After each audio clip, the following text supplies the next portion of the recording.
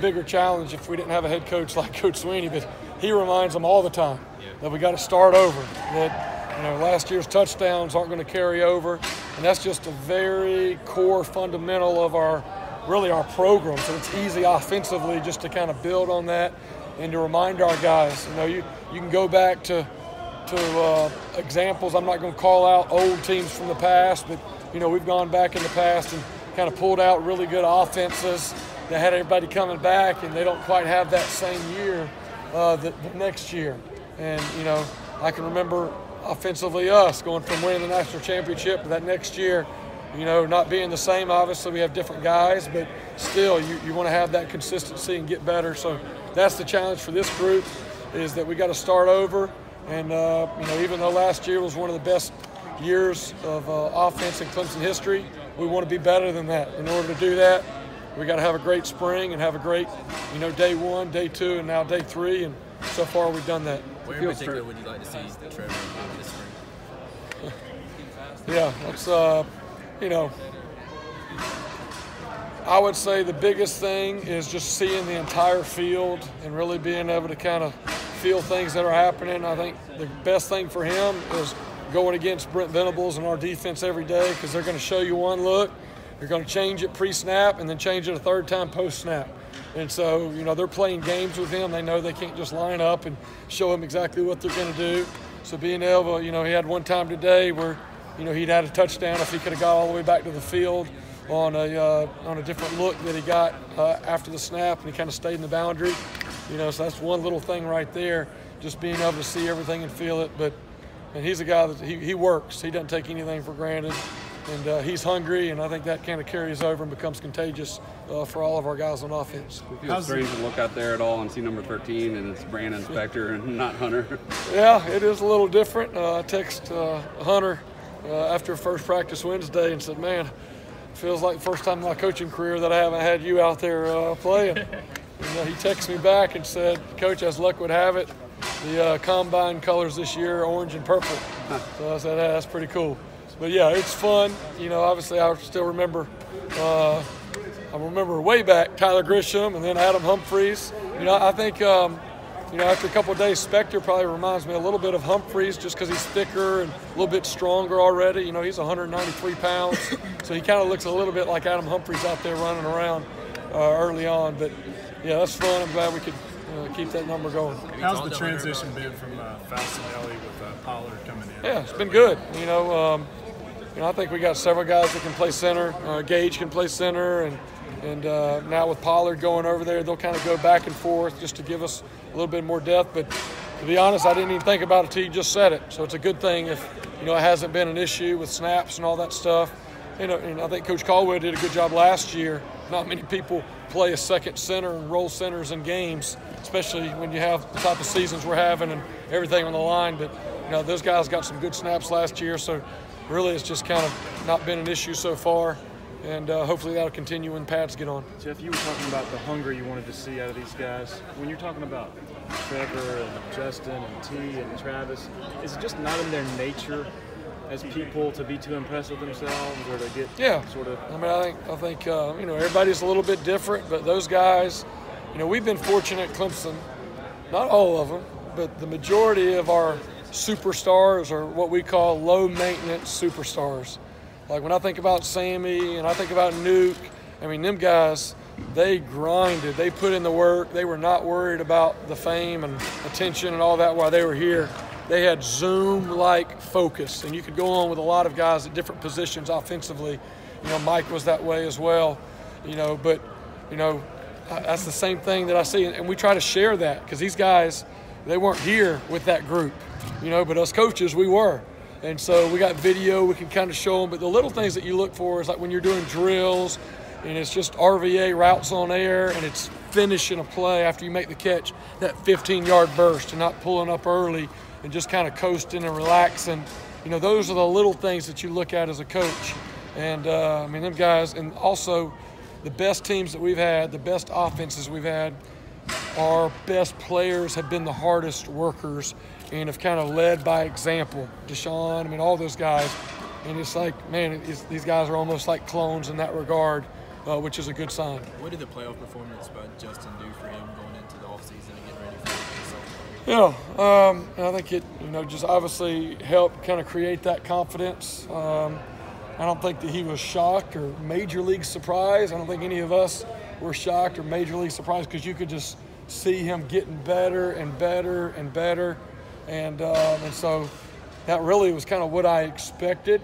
It's one thing to expect it. It's another thing to actually get the opportunities. Everything has to work out right. But I think it was a great exclamation point on a special freshman season. And now it's time for a sophomore season. So that's kind of the next day. We got back the very next day after the championship, and I met with all the wideouts, and my message to Justin was, I pulled up a lot of guys' sophomore seasons that weren't quite as special as their freshman season. Kind of explained how that happens a little bit. And, I haven't seen any of those signs. I think he's going to continue. And I've already seen in the first 2 days of spring ball, he's better than he was last year, which is exciting, but, also a little scary. So, how much does it help that he's kind of the low-maintenance star that you mentioned, the fact that it seems like if a freshman has those two kind of performances, maybe he shows up to start this year with a little bit more of a bloated ego? Well, I think number one, his personality. We saw that in recruiting. And I think Clemson attracts those kind of kids, for whatever reason. Maybe because Coach Sweeney, in his recruiting talk, he gets up there and spends 30 minutes talking about no entitlement. You're going to have to earn it. I'm not going to promise you anything.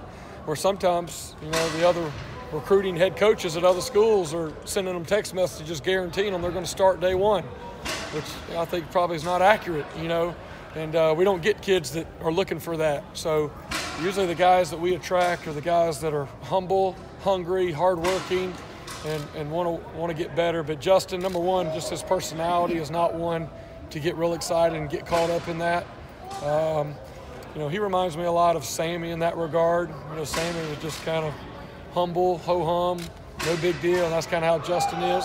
I mean, he knows what's out there, but he's not worried about that. He's really locked in, focused, and it's just his humble personality that he gets from his mom. That's what I would say.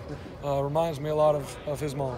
Jeff, how much does it help that you guys, you go from playing in the national championship, you get back and you start mat drills pretty much, and then you go straight into spring practice, and how much does that help keep the guys in shape and focused on what they got to do? Yeah, I think for us it's become normal, I think 3 of the 4 years to go from national championship game, have a quick winter, and then be right back out there. So we want that to kind of be the norm. We have that calendar. We know exactly, kind of what that feels like. And I think it's good. As a coach, you want to get back out there. I think one of the hardest times for me as a coach is that January and February where you're out recruiting, you're kind of away from the guys, and you just can't wait to get back, kind of this time of the year, be able to see them every day and be around them and get back to coaching ball. And but yeah, there's no doubt. It's great, but it just kind of reminds you of last year, starting over, kind of know what could be, but where are we now and what do we have to do to get there? Jeff, one of the best problems to have as a wide receiver coach is depth of talent. You've got a lot of that in the room. When you tell guys like Cornell Powell and DeAndre Overton that have been here for their time and they're still sitting there trying to find that spot, their little spot in the niche? Well, I think what they know is that if you deserve to play and you earn the right to play, you're going to get an opportunity to play.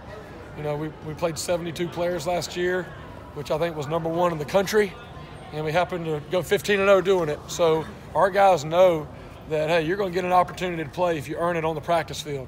And then what you do with your opportunities that you get is going to dictate how much more you get. And so they know that. And, I just like what I've seen so far, really. All of those guys. They just come out and work, and nobody's worried about that. There'll be plenty of balls. That's one good thing when you've played 59 games in 4 years. That's a lot of balls and a lot of opportunities. And as much as we're throwing down the field, there's going to be plenty of opportunities for guys that deserve the opportunity to play, and I think those guys are going to be in that category when it gets time. Is it weird not having Hunter Renfrow out there? Yes, I got that a minute ago. It definitely is. It's the first time in a long time since he's been out there. Him and Travion Thompson, the same way. He was here with us for 5 years. It's a little bit different. Excited about those guys for their next step, but it's always fun. It's like Christmas when you get these new guys out here and get to watch them start over. And everybody's at a different stage, and it's really fun to see these new guys get started with their journey. Where you guys are at now, is it harder maybe to do what Hunter Renfroe did as a walk-on 5 years ago, to do it now where the program's at? Yeah, I think, I wouldn't ever want to say that Walco's not going to get an opportunity because, when Hunter came, it wasn't like there was just a big opportunity at the moment. He just kind of worked his way up. He came in a group where there was 5 scholarship guys, I think, that signed in his class, and he was the one walk-on at Whiteout, and 5 other scholarship guys, and he worked his way up. So things change. My message to those guys is, hey, just come put your head down, go to work. Don't worry about where you are. We got some guys right now that are, way back on the depth chart.